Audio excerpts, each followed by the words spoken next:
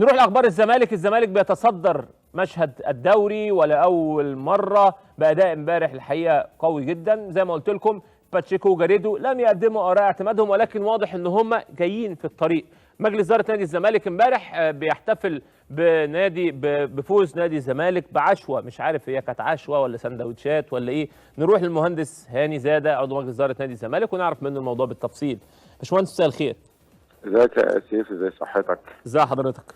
وهي فرصه برضو ان انا بكلمك، يعني بدل ما انت ما بتردش على تليفوناتك. انت حبيبي يا ريس، كده ولا تعمل كده معايا قدام الناس، انت حبيبي.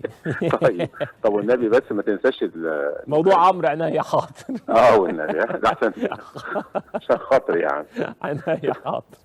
قول يا ريس. لا امبارح طبعا الحمد لله امبارح كان في عشاء بجد؟ ما انا هقول لك اهو. احنا امبارح اتدربكنا كده، كان مواعيد قطارات اتدربكت مع بعض.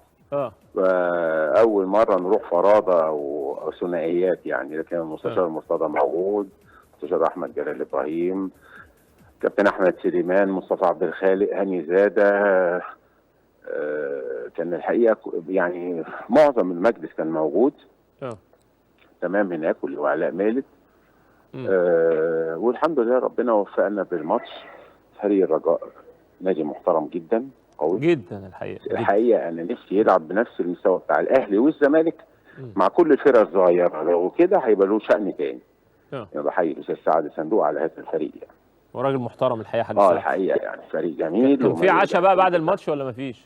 الحقيقه طبعا هو مستشار مرتضى عزمنا كلنا، بس هو ما اقول لك مواعيد القطارات اختلفت، فكل واحد بقى ايه فرادة واتكلنا على مصر. الحمد لله وصلنا بالليل. يعني العشاء اتضرب؟ العشاء كان في مصر. ما كانش في عشاء هناك؟ ها؟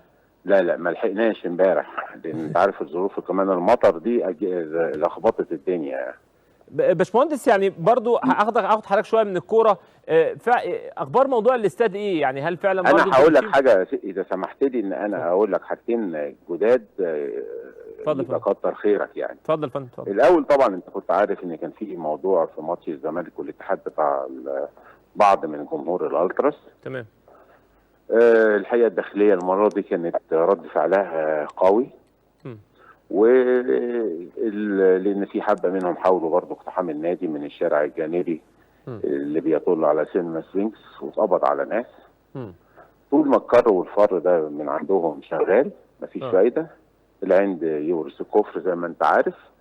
ويمكن النادي الاهلي دلوقتي سمع يعني مشي في نفس الاتجاه اللي قاله مستشار مرتضى اعتقد من شهرين ثلاثه، ان هو الظواهر السلبيه في الظاهره دي، ظاهره الالتراس، يجب ان تنتهي. الجمهور دخل. معلش يا فندم، اقف حضرتك في حته لقطه بس احسن الخط بيقطع. معانا المستشار هاني، معانا المهندس هاني. حد يقول لي معانا الراجل ولا قطع؟ طب متشكرين.